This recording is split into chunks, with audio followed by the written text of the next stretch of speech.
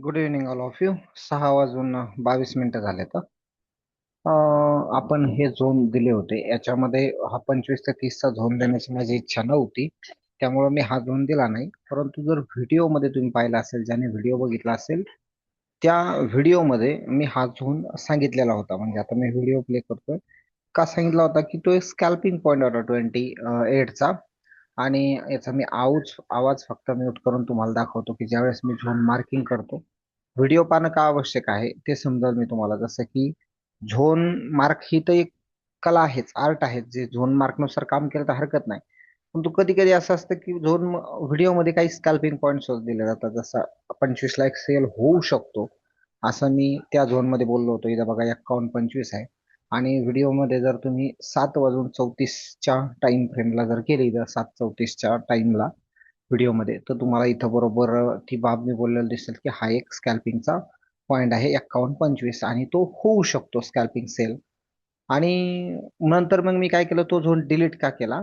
कारण एकच होतं की ती छोटी लिक्विडिटी होती. तिथून तो सेल साईड लगेच एकदम फास्टमध्ये पंप होईल याची शाश्वती थोडी कमी होती. त्यामुळे मग मी त्याला कट केलं आणि कट करून राहू दिलं. म्हणलं नको, कारण कोणी जर विदाऊट एस-एल आपल्या झोनमध्ये जर बसला तर त्याचा अकाउंट उडवायला नको, अशा आशेने मी तो झोन ठेवला नाही. पण मी माझ्या वैयक्तिक कॉम्प्युटरमध्ये तो झोन ठेवला होता. आणि वैयक्तिक कॉम्प्युटरमध्ये त्या झोनने जर विशेष विचार तुम्ही केला, तर हे जे स्कॅल्पिंग सेटअपचे पॉईंट असतात, या स्कॅल्पिंग सेटअपमध्ये या ठिकाणाहून इथपर्यंत म्हणजे जवळजवळ $66 पर्यंत मार्केट सेल झालं. तर चला आपण सरळ सरळ 500 पिपच पकडू, काही विषय नाही. आणि आपला जो बाय झोन होता 65, 75 आणि 85 या दरम्यान कुठेतरी आपल्याला H1चा म्हणा, M30चा म्हणा, 3 कॅन्डल स्विंग मिळणं अपेक्षित होतं. ज्यावेळेस तो 3 कॅन्डल स्विंग मिळेल त्यावेळेस आपण हा ट्रेड घेणार होतो. आणि नंतर आपण याला जर बसलेला असलो, समजा इथून जरी बसला 86-87, तरी 30, 40, 50 डॉलर व्यवस्थितरित्या मिळाला असेल. कोणी जर खाली 65 वगैरे असं जर वेट केलं असेल, 65 वगैरे, तर त्याला 500 अगदी सहज मिळालेले असते. हा झाला एक झोन मागचा विषय. आता हे वरचे झोन वगैरे सर्व काही मार्क केलेलं आहेच. हे काय मी म्हणजे याविषयी काय बोलत नाही. आता 25चा झोन मी डिलीट करतोय माझ्या वैयक्तिक सेटअप मधून. मुळात मला सांगायचा मुद्दा हा होता की आज शुक्रवार आहे आणि शुक्रवारी न्यूज पण आहेत. विशेषतः शुक्रवारी मार्केट ट्रॅप पण करतं, ट्रॅपिंग पण असतं 13 तारखेला. 13 म्हणजे प्रत्येक याला. हम्म.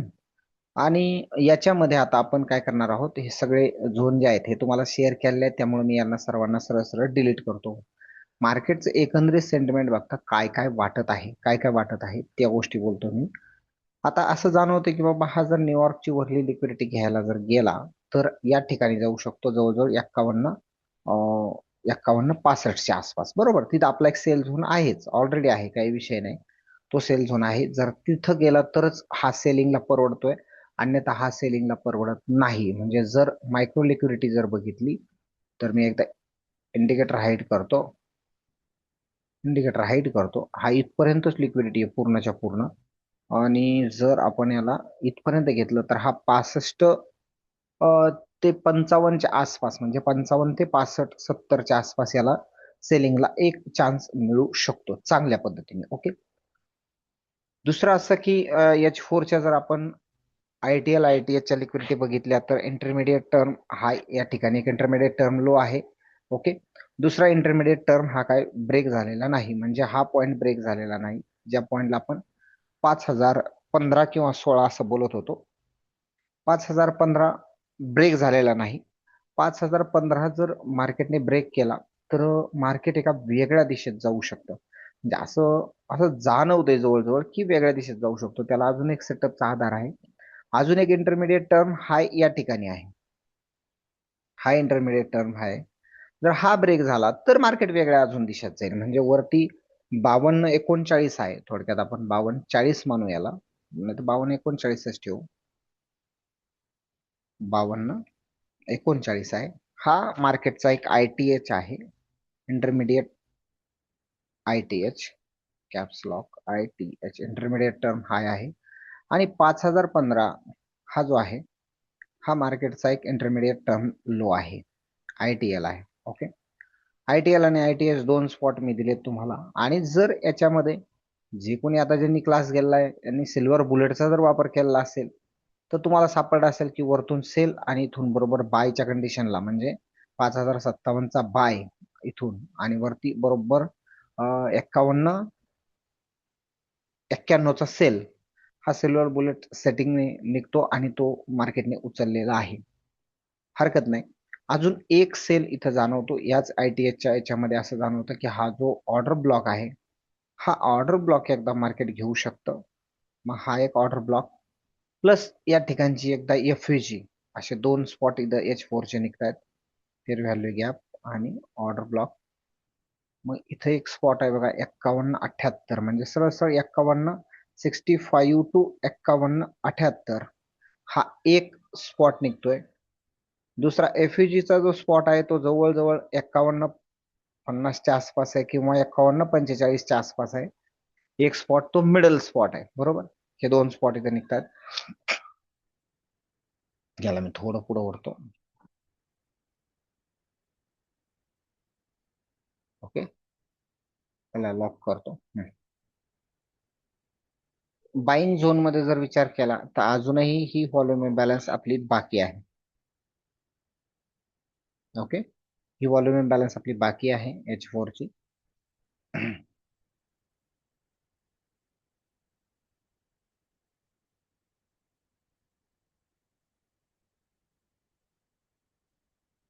5032 5032 ते 5000 जवळजवळ 50 जरी म्हणलं तरी हरकत नाही. या दरम्यान मार्केट एकदा पुशअप होऊन टच करून वरती जाऊ शकतं. एक एक बाब ही आहे. दुसरी आता इथं ऑर्डर फ्लो पण तयार झाली आहे. ऑर्डर फ्लो पण तयार झाली पण बाईंग करण्यासाठी एक सेफ बाईंग करण्यासाठी एवढेच पॉईंट मला चांगले वाटतात. एक 5032 ते 5050 हा एक स्पॉट आहे. 5015 तुम्हाला माहिती आहे ITL एकदम खतरनाक आहे. त्याच्यानंतर मार्केट झुकून हा जर ब्रेक झाला बॉटमला तर खूप प्रमाणात सेल जाईल आणि जर वरती ब्रेकआउट झाला तर मग मात्र खूप प्रमाणात तो बाय जाईल. ओके वरती जर ब्रेकआउट झाला तर मोठ्या प्रमाणात तो बाय जाईल. असे दोन बाबी इथं दिसत आहेत. मग हे सोमवारी होईल का कधी होईल माहित नाही. इंटरमिडिएट इथं मी डेट टाकतोय. डेट आजची आहे 13/3/2026. Okay for Friday. ओके या बाबी आता आणि आता इथं आपल्याला बघायचं की मार्केट कोणत्या झोन न्यूज मध्ये उचलते. कारण आपण बघितलं की न्यूज दोन प्रकारच्या न्यूज आहेत. दोन प्रकारच्या न्यूज आहेत मार्केटमध्ये. फॉरेक्स फॅक्टरी बघू. फॉरेक्स फॅक्टरीमध्ये दोन प्रकारच्या न्यूज आहेत. एक म्हणजे 6 वाजताची न्यूज आहे जी डन होऊन गेली आणि जी न्यूट्रल दाखवली होती पण मायनस मध्ये आली. मायनस मध्ये आल्यामुळं DXY पडला गोल्ड वर गेला. ही न्यूट्रल मध्ये आली प्रीलियम GDP. आता जी न्यूज आहे ती जॉब झोल्ट ओपनिंग ही 7:30 आहे. 7:30 त्यात सरळ सरळ तो थोडा सेल साईड दाखवलाय. मग यामध्ये काही परिणाम होतो काय किंवा अजून कोणता काही इफेक्ट दिसतोय का मार्केटमध्ये. कारण फ्रायडेचा ट्रॅप निश्चितपणे शिल्लक आहे. मग फ्रायडेचा ट्रॅप जर शिल्लक असेल तर ते 1:45च्या आसपास 65 ते 78 या दरम्यानच दिसतोय. इथं ट्रेड करायला हरकत नाही आहे. पण विथ SL विथ फ्रेम आणि एकदम शांतपणे. असं वाटतं की मार्केट एका झोन मध्ये जाईल वरती आणि तिथून कुठून तरी काहीतरी शॅडो होईल. हा झाला एक प्रकार. याला मी फोटो डाउनलोड करतो आणि वैयक्तिक ग्रुपवर शेअर करतो. परंतु आता मला एका नवीन अजून एका सेटअपवर बोलायचं. याला मी काय करतो हाईड केलं. हाईड करण्याऐवजी डायरेक्ट डिलीट करतो. रिमूव्ह करतोय. Remove drawing. ओके पूर्ण ड्रॉइंग रिमूव्ह केलेली आहे. आता मी तुम्हाला एका डेली बेसवर आलोय. डेली बेसवर आल्यानंतर मार्केट जेव्हा कधी कन्सॉलिडेट होतं हे कन्सॉलिडेट झाल्यानंतर याची एक रेंज बघा. जसं ही रेंज आहे समजा मानला आपण या भागात ते काय झालं कन्सॉलिडेट झालंय. बुलिश मध्ये दिसतंय असं सारं अशा पद्धतीने. म्हणजे एक एक फ्लॅग काढला तर आपल्याला एक फ्लॅग इथे येईल. हा छोटा फ्लॅग येतोय आणि एक फ्लॅग येतोय तो या भागात असा इथे इथे एक फ्लॅग तयार झाला या पद्धतीने. नंतर तो अप साइडला ब्रेक झाला. दोन फ्लॅग इथे दिसत आहेत. आता मूळ मुद्दा असा आहे की कन्सॉलिडेशन नंतर एक्सपान्शन देत जातं. एक्सपान्शन ट्रेंडच्या दिशेत असतं. मग ट्रेंडच्या दिशेत जर एक्सपान्शन मार्केटने दिलं तर असं जवळजवळ जाणवते की मार्केटने आयटीएस जो आहे डे लेवलला सुद्धा बनवलाय, म्हणजे इंटरमिडिएट टर्म हाय एक डे लेवलला सुद्धा बनवलाय वरच्या दिशेमध्ये. ओके, मग एसटीएल एसटीएच कुठं आहे, तर सरळ सरळ या ठिकाणी एक मार्केटचा एच आहे, एसटीएच शॉर्ट टर्म हाय म्हणून आपण याला शॉर्ट टर्म हाय. एक एसटीएच मार्केटचा कुठं आहे, एक एसटीएच मार्केटचा इथं आहे शॉर्ट टर्म हाय. ओके, हे झाले दोन. आता मार्केटने काय ब्रेक केलेलं आहे, काय ब्रेक करतंय ते बघणं अपेक्षित आहे. आणि या ठिकाणी आहे मार्केटचा ITL intermediate term low, intermediate term low. आणि जर एसटीएल बघितला डे लेवलला,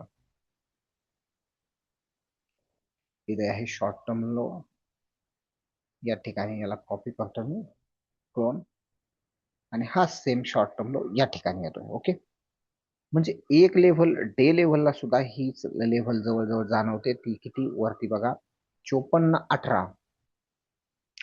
जोपर्यंत 54.18 ब्रेक होत नाही तोपर्यंत मार्केट मार्केट 54.18 जोपर्यंत ब्रेक होत नाही तोपर्यंत मार्केट ओरिजिनल बाय नाही. आणि जोपर्यंत मार्केटचा हा बॉटम पॉईंट ब्रेक होत नाही, ज्याला 5001 आहे, तोपर्यंत मार्केट ओरिजिनल सेल नाही. ही जी कॅन्डल आहे ह्या कॅन्डलच्या सगळ्या इनसाइड बार कॅन्डल आहेत. मार्केटला जर कदाचित जर सेल व्हायचा असेल तर हा जो ऑर्डर ब्लॉकची जी कॅन्डल आहे ही कॅन्डल एक सेलिंगचं प्रतिनिधित्व करू शकतो चांगल्या प्रकारे. आणि तिचा जवळजवळ 53-38चा जवळजवळ भाग आहे. 53-38, 53-35चा तिचा मिडल पॉइंट आहे. ओके, आता असं जाणवतंय सध्याच्या स्थितीमध्ये, असं जाणवतंय मला वैयक्तिक, काय वाटतंय ते मार्केटचं सेंटिमेंट मला माहित नाही. हा एक सेलिंग ट्रेंड आहे, सेलिंग ट्रेंड आहे. या ठिकाणी एक मार्केटने एसटीएल ब्रेक केलेला आहे, शॉर्ट टर्म लो एक ब्रेक केलेला आहे. दुसरा मुद्दा असं जर म्हणलं आपण की डे लेव्हलचा आयडीएम ब्रेक झालेला आहे, तरी त्यात काही वाईट वावगं ठरणार नाही. मार्केट इथं पीक कळतंय. पण जर मार्केट कदाचित जर चांगलं इथून जर ब्रेक झालं तर तुम्हाला कुणालाही विचारायलाही चान्स देणार नाही. एक कॅन्डल इथपर्यंत लागू शकते, किंवा जर इथून जर ब्रेक झालं तर हीच कॅन्डल अजून वाढून डायरेक्ट इथपर्यंतही ती कॅन्डल लागू शकते. असा दोन ट्रॅप असं वाटतंय मला हे बाकी आहेत. हे दोन ट्रॅप मला वाटतं की हे बाकी आहेत. ओके, जर कदाचित झालं तर एकाच कॅन्डलमध्ये डायरेक्ट मार्केट इथपर्यंत हे ट्रॅप करू शकतं आणि इथली सगळी लिक्विडिटी घेऊन जाऊ शकतं. किंवा किमान बॉटमला जर मार्केटने किल करायचं ठरवलं तर मग मात्र बॉटमचे झोन आपल्याकडे असणे अपेक्षित आहे की मार्केट कुठून खेळल. पहिलं मार्केटचं एक रिजेक्शन या भागात असेल बाय साईडचं, जे बीपीआर मधून असेल. सेकंड रिजेक्शन जे काही शिल्लक बीपीआर आणि व्हॉल्यूम इम्बॅलन्स आहे, कदाचित झालं तर मार्केट इथून एक रिजेक्शन होऊ शकतं. आणि मग आखरी जर आला वाजता आपला, तर हा वाजता येतो डायरेक्ट व्हॉल्यूम इम्बॅलन्स, म्हणजे 4500, 4700 आणि 49 असं काहीतरी घडण्यासारखं दिसतंय. इथे एक ऑर्डर ब्लॉक आहे, इथूनही क्रॅश होऊ शकतं, बाय सुद्धा होऊ शकतं. म्हणजे सध्या मार्केट एका अशा स्थितीला आलेलं आहे की एका टोकाच्या स्थितीला मार्केट येऊन थांबलेलं आहे. मार्केटने बघा या पद्धतीने हळूहळू मार्केट करत वर चाललंय या पद्धतीने. ओके, असंच जर वर गेलं तर प्रॉब्लेम नाही, ब्रेक झालं वरती या पद्धतीने, ओके, इथून सेल आला, इथून ब्रेक वरती चालला, या पद्धतीने चाललं तर अडचण नाही. पण जर समजा त्याने असं ठरवलं की इथून जाऊन डायरेक्ट इथं पडायचं, नंतर इथून थोडं वर यायचं, अगेन खाली टप्पा घ्यायचा, आणि या पद्धतीने जर असं काही जर मार्केटच्या मनात जर आलं, कारण सोन्याच्या हालचाली आणि सोन्याचे भाव बघता ही जर गोष्ट घडून आली तर मग मात्र एक बिग ट्रॅपिंग, मोठ्या प्रमाणातली ट्रॅपिंग असू शकते. असू शकते. आता 1200-1300 रुपये फक्त भावावर आलाय, 1,60,000 जीएसटी सह 1,64,65 पर्यंत आहे. चांदी सुद्धा 4-5 हजारांनी थोडी वर आलेली आहे. परंतु गोल्डचं कोणतं ट्रॅपिंग चालू आहे आणि काय नेमकं ओव्हर सिच्युएशनला दरवेळेस वर जातं, आता दाबून धरलंय ते पूर्ण गोल्ड. इन्स्टिट्यूशनल कॅन्डल इकडे आहे, इथे इन्स्टिट्यूशनल कॅन्डल आहे, इन्स्टिट्यूशनल झोन मधून दोनदा मार्केट पडलंय. आता मार्केट नेक्स्ट काय करायचंय, मार्केटला इथून पडायचंय, या झोन मधून पडायचंय, इथून पडायचं की इथून पडायचं. आता सांगायचा मुद्दा, आपण जे झोन कोणत्या जे काही फोटो वगैरे शेअर करतोय, जे काही आपण दिलेले आहेत ते सर्व फोटोवरतीच काम करायचंय.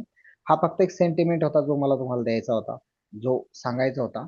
तो सेंटिमेंट मी तुमच्यापर्यंत दिला आणि तुमच्यापर्यंत ती माहिती शेअर केलेली आहे. ओके, आता हे जे काही हा जो सेटअप आहे हा setup me as it is ठेवणार आहे. माझा सध्या हा सेटअप टार्गेट असेल.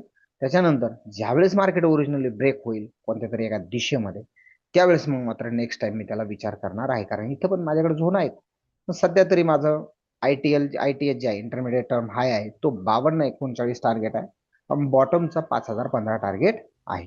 या पद्धतीने एकंदरीत मला अनालिसिस वाटते. शुक्रवार आहे, ट्रॅपिंग आहे, जमलं तर ट्रेड करा, अन्यथा शांतपणे स्टॉप होऊ शकता आणि घेतलेल्या प्रॉफिटवर एन्जॉय करू शकता. एकंदरीत अजून एक बाब बोलायची म्हणजे आपण या आठवड्यामध्ये काय किती किती प्रीमियमवर काम केलं, किती झोनवर काम केले आपले.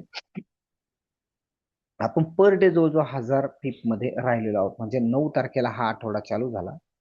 9 तारखेला हा आठवडा चालू झाला. 10 तारीख, नंतर इथं बघा 9 तारखेला चालू झाला. 9 तारखेला सुद्धा आपण जवळजवळ 600-700 पीप आणि बस सगळे झोन व्यवस्थित झाले. 10 तारखेला सुद्धा आपण व्यवस्थितरित्या शेअरिंगच केलेलं आहे, म्हणजे ग्रुपवरच, की इथं 10 तारखे सुद्धा झोन झाले. नंतर 700 पीप झालेला झोन. नंतर 11 तारखेला जे झालं, 11 तारखेला सुद्धा मॉर्निंगलाच आपण उडवला पूर्ण प्रॉफिट. 100 पीप मिळणं काय कठीण नव्हतं. हे घेतलेले 200-200 मग 250-250 पीपचे. 12 तारखेला तुम्हाला माहिती आहे काल काय अवस्था होती, व्यवस्थितरित्या ट्रेड झालं एका झोनला, आणि आज सुद्धा आपला 1000 पीपच्या वर आहे. पर डे आपण 1000 पीपच्या आसपास थांबतो आहोत. पर डे जवळजवळ 1000 पीपच्या आसपास थांबतो. झोनवर कन्फर्मेशन, थोडंसं नॉलेज, थोड्याशा गोष्टी, या गोष्टी शेअर करून इथं काम करत आहोत. आणि शांतपणे तुम्ही पण झोनवर काम करायचं आहे. ओके, चलो गुड लक आणि थँक्यू सर्वांना.